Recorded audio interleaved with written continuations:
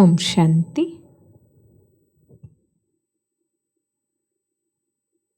10/3/1986 అవ్యక్త మురళి. నిశ్చింత చక్రవర్తులుగా అయ్యేటందుకు యుక్తి. ఈరోజు బాప్దాదా నిశ్చింత చక్రవర్తుల సభను చూస్తున్నారు. ఈ రాజ్యసభ మొత్తం కల్పంలో విచిత్రమైన సభ. చక్రవర్తులుగా అయితే చాలామంది అయ్యారు, కానీ నిశ్చింత చక్రవర్తుల యొక్క ఈ విచిత్ర సభ ఈ సంగమయుగంలోనే ఉంటుంది. ఈ సభ సత్యయుగి రాజ్యసభ కంటే శ్రేష్టమైనది. ఎందుకంటే అక్కడ చింత మరియు నశ మధ్య ఉన్న భేదం సంబంధించిన జ్ఞానం ఉండదు. ఎక్కడ? సత్యయుగంలో. చింత అంటే ఏంటో తెలీదు, నశ అంటే ఏంటో తెలియదు. రెండింటికి తేడా తెలియదు వాళ్ళకి. ఇప్పుడు ప్రపంచమంతా కూడా ఏదో ఒక చింతలో ఉంది. ఉదయం లేచినప్పటి నుంచి పరివారము, కార్యవ్యవహారాలు, మిత్ర సంబంధికులు, వీటికి సంబంధించిన ఏదో ఒక చింత ఉంటుంది. ఈ చింత ఎలా ఉందని చెప్తున్నారు బాబా? ప్రపంచవ్యాప్తంగా ఉంది. లేచిన దగ్గర నుంచి కుటుంబం గురించో, కార్యవ్యవహారాల గురించో, మిత్ర సంబంధికుల గురించో ఏదో ఒక చింత. కానీ మీరందరూ అమృత వేళ నుండి నిశ్చింత చక్రవర్తులై రోజుని ఆరంభిస్తారు. నిశ్చింత చక్రవర్తులై ప్రతి కార్యాన్ని చేస్తారు. నిశ్చింత చక్రవర్తులై ప్రశాంతంగా నిద్రిస్తారు. అవునా? రోజుని నిశ్చింత చక్రవర్తులై ఆరంభిస్తారు. రోజంతా ఏ పని చేసినా నిశ్చింత చక్రవర్తులై చేస్తారు. చివరికి నిశ్చింత చక్రవర్తులై ప్రశాంతంగా నిద్రిస్తారు. మీకు సుఖ నిద్ర, ప్రశాంత నిద్ర ఉంటుంది. ఇటువంటి నిశ్చింత చక్రవర్తులుగా మీరు అయిపోయారు. ఈ విధంగా అయ్యారా, లేక ఏదైనా చింత ఉందా అడుగుతున్నారు బాబా. నిశ్చింతగా లేస్తున్నారా? నిశ్చింతగా ప్రతి పనిని చేస్తున్నారా? తిరిగి రాత్రి వేళలో నిశ్చింతగా నిద్రపోతున్నారా, లేక ఏదైనా చింత ఉందా అని బాబా అడుగుతున్నారు. తండ్రికి బాధ్యత ఇచ్చేశారు కనుక నిశ్చింత అయిపోయారు. మీపై బాధ్యత ఉంది అనుకుంటే చింత ఉంటుంది. బాధ్యత తండ్రిది. నేను నిమిత్త సేవాధారిని, నేను నిమిత్త కర్మయోగిని. చేయించేవారు తండ్రి, చేసేది నిమిత్తమైన నేను. ఈ స్మృతి ప్రతి క్షణము స్వతహాగా ఉంటే మీరు సదా నిశ్చింత చక్రవర్తులుగా ఉంటారు. బాబా నిశ్చింత చక్రవర్తులుగా ఉండటానికి సంకల్పం ఇస్తున్నారు. ఏమనంటే, బాధ్యత తండ్రిది, నేను నిమిత్త సేవాదారిని, నేను కర్మయోగిని. చేయించేవారు బాబా, చేసేది నిమిత్తముగా నేను, కేవలం నేను నిమిత్త మాత్రుణ్ణి. ఇలా అనుకుంటే మీరెప్పుడూ కూడా నిశ్చింత చక్రవర్తులుగా ఉంటారు. ఒకవేళ పొరపాటునైనా ఏదైనా వ్యర్థము భారాన్ని మీ మీదకి తీసుకుంటే అప్పుడు కిరీటానికి బదులు చింతల గంప తల మీదకి వస్తుంది. తల మీద చింత ఉంటే తల మీద గంప ఉన్నట్టు. బాధ్యత బాబాకి ఇస్తే తల మీద కిరీటం ఉన్నట్టు. మరి మీరెవరు? సదా ప్రకాశ కిరీటదారులు కదా. లైట్ కిరీటం. లైట్ అంటే తేలికతనం. లైట్ అంటే ప్రకాశం. మరి ఇలాగా డబల్ కిరీటాలు మీకు ఉన్నాయి కదా, లేదంటే గంప ఏమైనా ఉన్నాయా? ఒక గంప, 2 గంపలు, 3 గంపలు చెప్పారు కదా బాబా. పరివారం గురించో, కార్యవ్యవహారాల గురించో, మిత్ర సంబంధికుల గురించో, వీటికి సంబంధించిన ఏ చింతున్నా మీ తల మీదకి ఒక గంప వచ్చేసినట్టే. కేవలం తండ్రి మరియు నేను మూడవ వారే లేరు. ఈ అనుభూతి సహజంగా మిమ్మల్ని నిశ్చింత చక్రవర్తులుగా చేస్తుంది. బాబా మరియు నేను మూడవ వారు లేరు. మరి మీరు కిరీటదారులా లేదా గంప పెట్టుకున్న వాళ్ళ? ఎంత తేడా ఉంది? ఒక గంప లేదా ఒక తట్ట లేదా ఒక బుట్ట నెత్తిన పెట్టుకోవడానికి, కిరీటం పెట్టుకోవడానికి ఎంత తేడా ఉంది?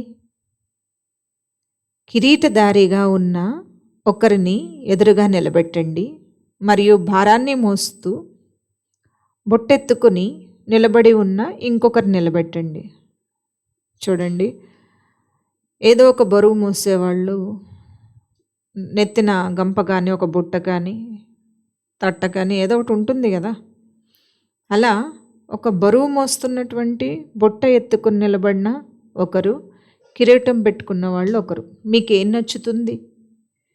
కిరీటం నచ్చుతుందా, ఆ బుట్ట నచ్చుతుందా?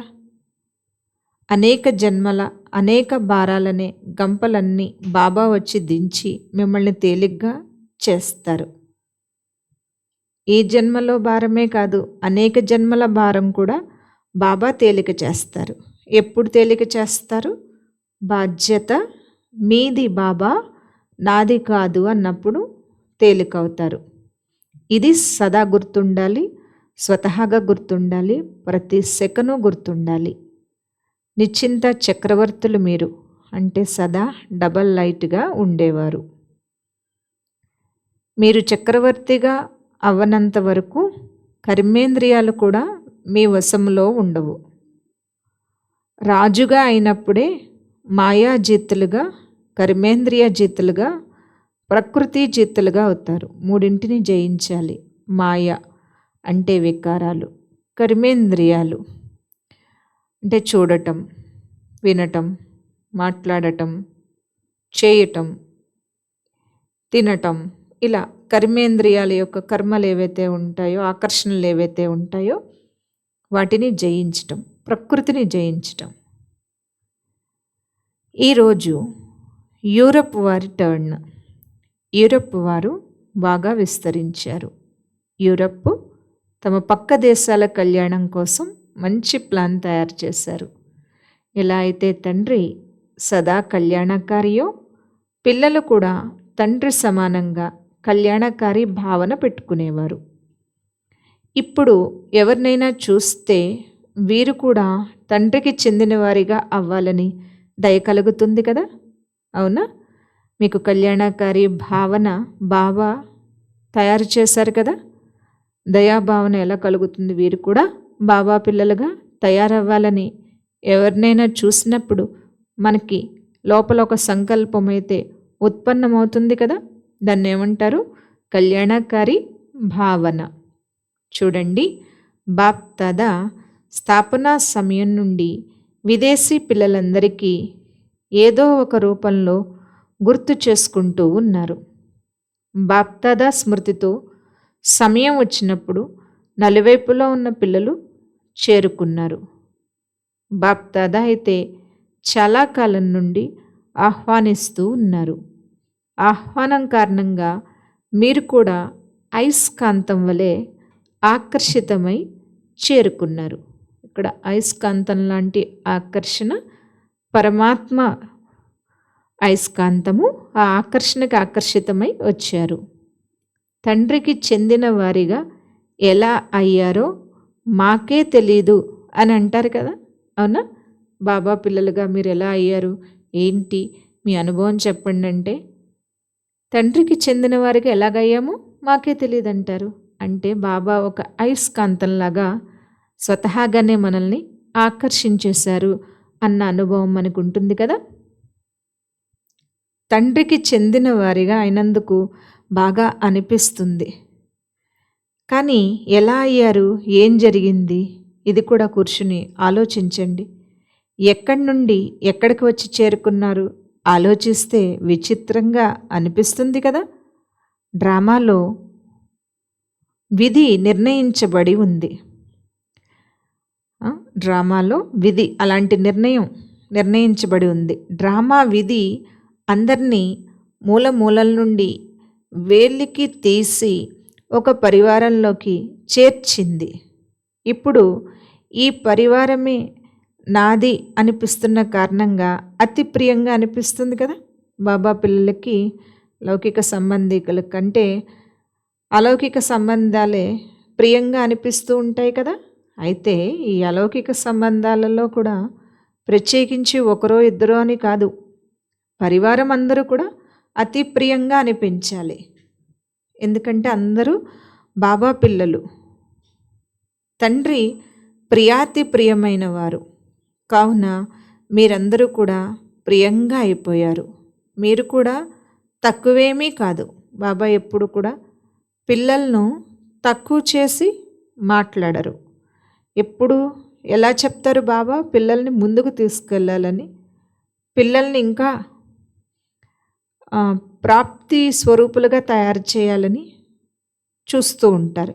బాబా పిల్లల్ని ఎప్పుడు తక్కువ చేసి ఎప్పుడు మాట్లాడరు. చూడండి, మనం కొందరిని తక్కువ చేసి కొందరిని ఎక్కువ చేసి మాట్లాడే సంస్కారం ఉంటుంది.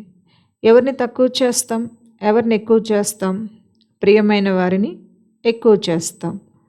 ఎవరైతే ఇష్టం లేదో మనకి వారిని తక్కువ చేసి మాట్లాడతాం. బాబా మాత్రం ఎప్పుడు కూడా పిల్లల్ని తక్కువ చేసి మాట్లాడారు.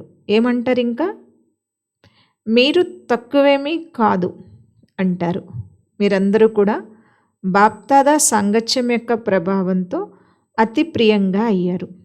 ఎవరిని చూసినా ప్రతి ఒక్కరూ ఒకరిని మించి మరొకరు ప్రియంగా అనిపిస్తారు కదా. పరివారంలో ప్రేమ, అలౌకిక ప్రేమ అంటే పరివారంలో ప్రతి ఒక్కరిని ఒకరిని మించి ఒకరిని ప్రేమగా అనిపించాలి, ప్రియంగా అనిపించాలి. అంతేగాని పరివారంలో ఎవరో ఒకరు మనకి బాగా నచ్చటం, లౌకికం ఇష్టం లేదు, నాకు అలౌకికమే నచ్చుతుందని చెప్పటం కాదు.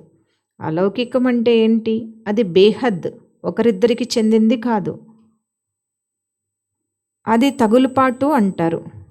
ఒకరిద్దరే ఇష్టం అనిపిస్తున్నారంటే, మన సేవలన్నీ ఆ ఇద్దరికే పరిమితం అయిపోతున్నాయంటే దాన్ని ఏమంటారు? తగులుపాటు అంటారు. మరి ప్రేమని దేన్నంటారు?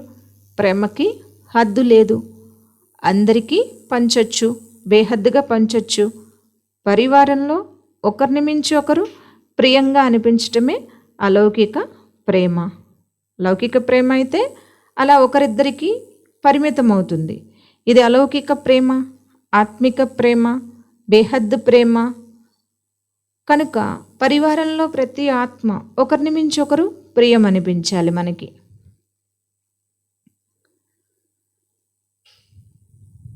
ప్రతి ఒక్కరి ముఖంలో ఆత్మీయత యొక్క ప్రభావం కనిపిస్తుంది.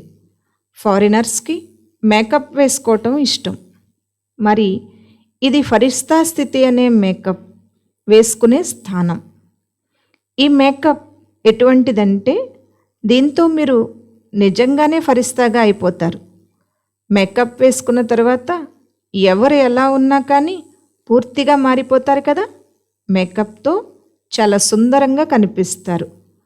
ఆత్మిక మేకప్ వేసుకున్నారు కావున ఇక్కడ కూడా అందరూ మెరుస్తున్న ఫరిస్తాలుగా కనిపిస్తారు. ఈ మేకప్ తోటైతే నష్టమే ఉండదు, ఆ మేకప్ అయితే నష్టం జరుగుతుంది. మరి మీరందరూ ఫరిస్తాల్లాగా మెరుస్తున్నారు కదా. సర్వాత్మలకి స్నేహి ఆత్మలు కదా. ఇక్కడ స్నేహం తప్ప మరేమీ లేదు. మరేమీ లేదంటే స్వార్థం ఉండదు. ఇక్కడ అలౌకిక స్నేహంలో స్వార్థం ఉండదు.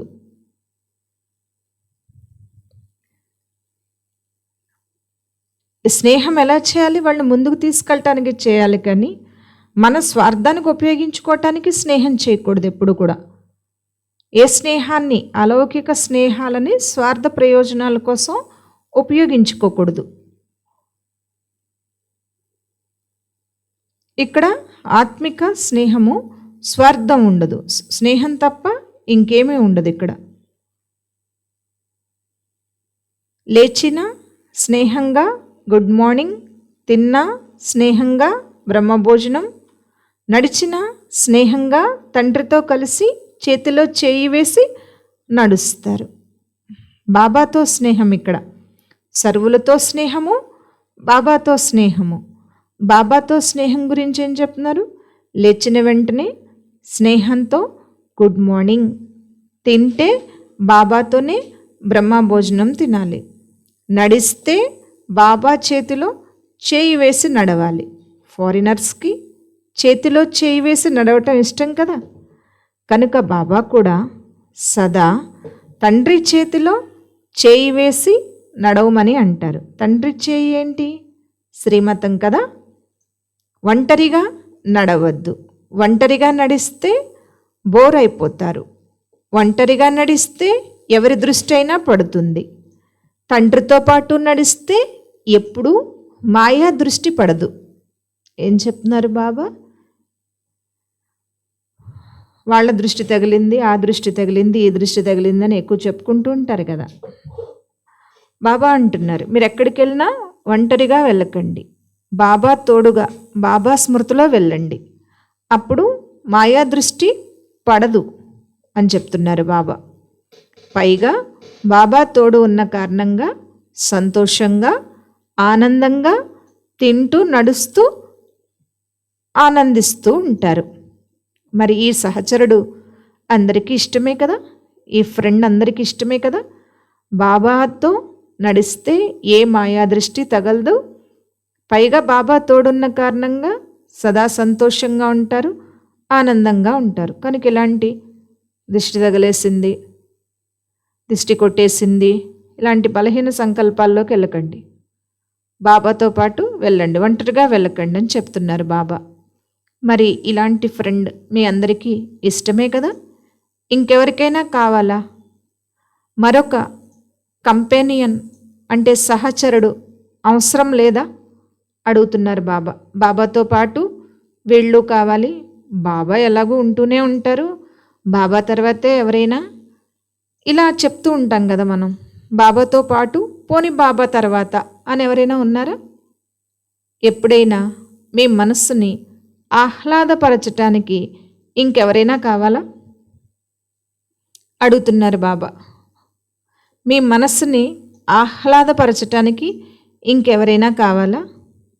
బాబా అంటున్నారు, బయట స్నేహితులు ఎలా ఉన్నారు, బంధాలు ఎలా ఉన్నాయి? మోసం చేసే సంబంధాల నుండి దూరం అయ్యారు. వాటిలో మోసం ఉంది, దుఃఖం ఉంది. బాబా ఎక్కడ, వ్యక్తులు ఎక్కడ కదా. ఇప్పుడు ఎటువంటి సంబంధంలోకి వచ్చారంటే ఇక్కడ మోసం లేదు, దుఃఖం లేదు. అంటే మీరు రక్షింపబడ్డారు. చాలామంది చెప్తూ ఉంటారు, బాబా గురించి మేము అన్నీ వదిలేసుకున్నాం, జ్ఞానంలోకి వచ్చిన తర్వాత అన్నీ వదిలేసుకున్నాం. వదిలేసుకున్నాం అంటే ఎవరి కోసం వదిలేసుకున్నారు? వదిలేసుకున్నారు కాబట్టి రక్షించబడ్డారు. ఏమని చెప్తున్నారు బాబా? రక్షింపబడ్డారు. ఆ సంబంధాల యొక్క మోసం మీకు లేదు, ఆ సంబంధాల నుండి వచ్చే దుఃఖం మీకు లేదు, రక్షింపబడ్డారు. మరి వదిలేసి సుఖపడినట్టే కదా. మరి అది ఏదో మనం త్యాగం చేసినట్టు ఎందుకు చెప్తున్నాం? ఆ త్యాగంలో ఎంతో రక్షణ ఉంది. బాబాతో సర్వ సంబంధాలు ఉన్నాయి మీకు. ఇంకా ఆ మోసం చేసే సంబంధాలు వదిలేస్తే మంచిదే కదా. రక్షింపబడ్డారు. ఎంతగా రక్షించబడ్డారంటే సదాకాలికంగా రక్షింపబడ్డారు. అవునా కదా. ఒక్క సంబంధం ఏర్పడితే ఇంకా యావజ్జీవ కారాగార శిక్షలాగా అయిపోతున్నాయి కదా ఇప్పుడు సంబంధాలు. దాని నుంచి విడిపించుకోలేకపోతున్నారు కదా. అవునా. జీవితాంతం ఇంకా ఆ సంబంధం ద్వారా దుఃఖము, మోసము, ఇంకా ధన నష్టము. అవునా.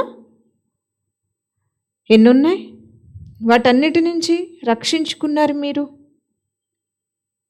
ఎవరు అపరిపక్వంగా అయితే లేరు కదా. మళ్ళీ అక్కడికి వెళ్ళి ఏం చేయను, ఎలా చేయను, మాయ వచ్చేసింది అని రాయరు కదా. యూరప్ వాళ్ళు విశేషంగా ఈ అద్భుతాన్ని చేశారు. ప్రతి సంవత్సరం తండ్రి ముందుకు పుష్పగుచ్ఛాన్ని తీసుకురావాలని తండ్రి ఏదైతే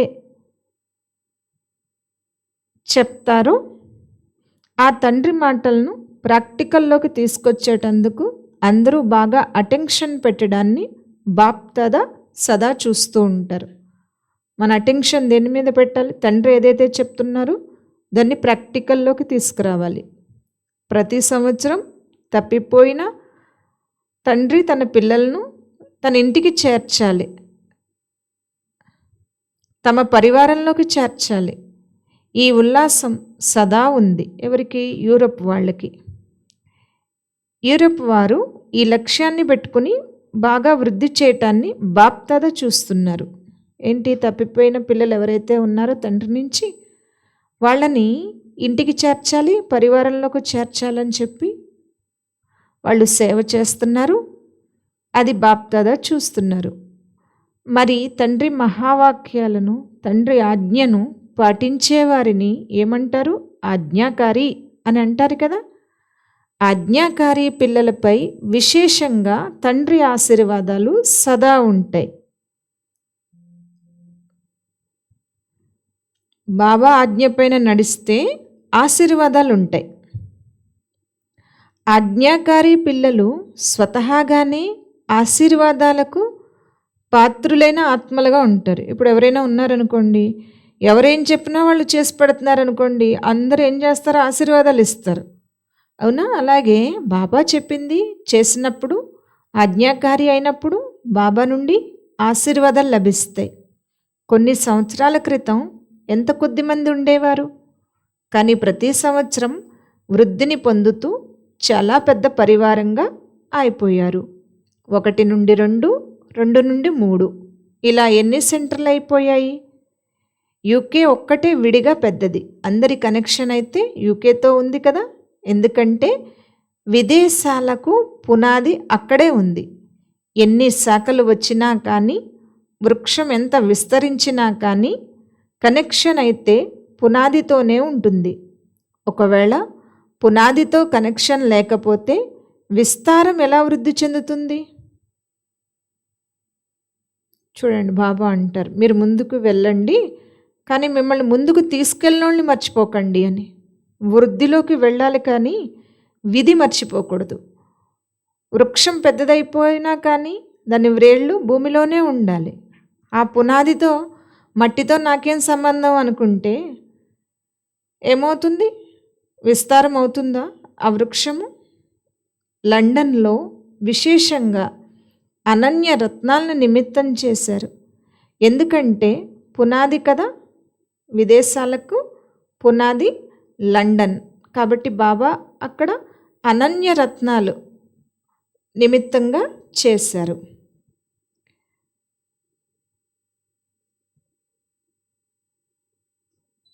పురుషార్థం మరియు సేవ రెండు సహజమైపోయినాయి కదా. బాప్దాదా అయితే ఉన్నారు, బాప్దాదా లేకుండా ఒక్క సెకను కూడా నడవలేరు అనేంత కంబైన్డ్గా ఉండండి. బాబా లేకుండా ఒక్క సెకను కూడా ఉండకూడదు.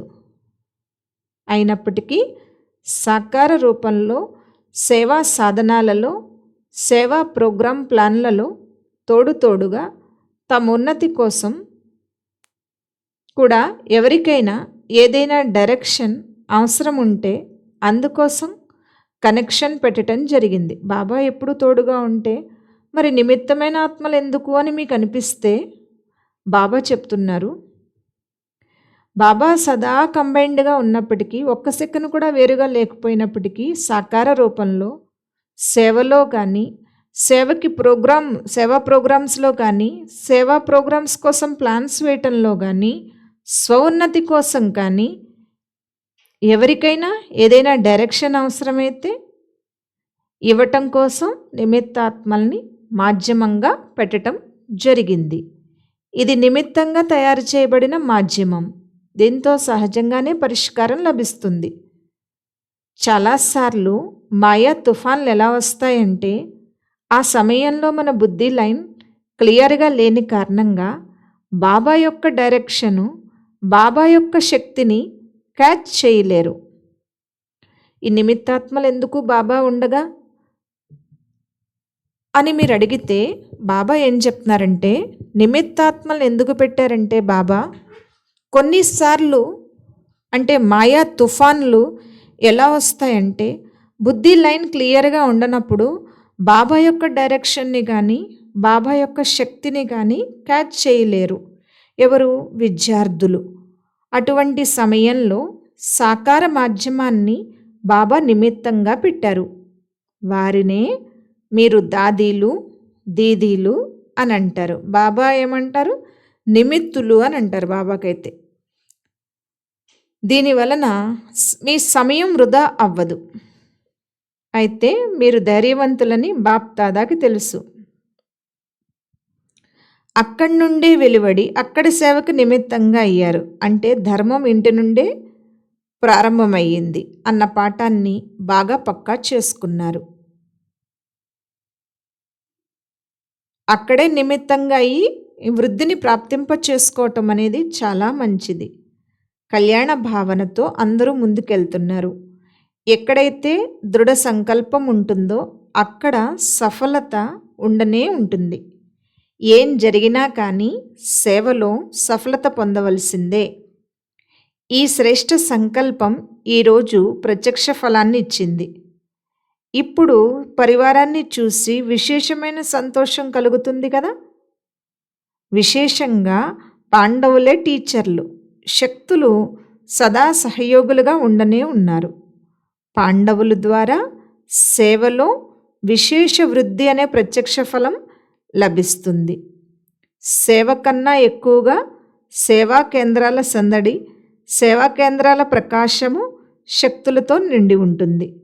శక్తులకు తమ పాత్ర ఉంది, పాండవులకు తమ పాత్ర ఉంది. అందుకే ఇద్దరూ కూడా అవసరమే. అకేలు ఉండాలి, అన్నేలు ఉండాలి. ఏ సెంటర్లో అయితే కేవలం శక్తులే ఉంటారో, పాండవులు ఉండరో, అక్కడ అది అంత శక్తిశాలిగా ఉండదు. అందువలన ఇద్దరూ అవసరమే. ఇప్పుడు మీరు మేల్కొన్నారు కనుక ఒకరిద్దరి ద్వారా సహజంగానే అనేకులు మేల్కొంటారు. శ్రమ మరియు సమయం అయితే పట్టాయి, కానీ వృద్ధి బాగా జరిగింది. దృఢ సంకల్పం అనేది సఫలం అవ్వకపోవటం అనేది ఎప్పుడూ ఉండదు. ఇందుకు ప్రాక్టికల్ ప్రూఫ్ ఇక్కడ చూస్తున్నారు.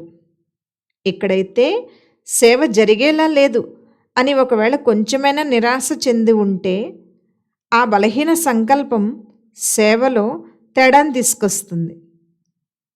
దృఢత్వం అనే నీరు ఫలాన్ని తొందరగా తీసుకొస్తుంది. బలహీన సంకల్పం సఫలతను తీసుకురాదు, దృఢత్వం సఫలతను తీసుకొస్తుంది. కనుక దృఢతయే సఫలతకు సాధనం అని బాబా చెప్తున్నారు. అచ్చా, ఓం శాంతి. ఆత్మిక తండ్రికి ఆత్మిక పిల్లల యొక్క ప్రియ స్మృతులు మరియు నమస్తే. ఓం శాంతి.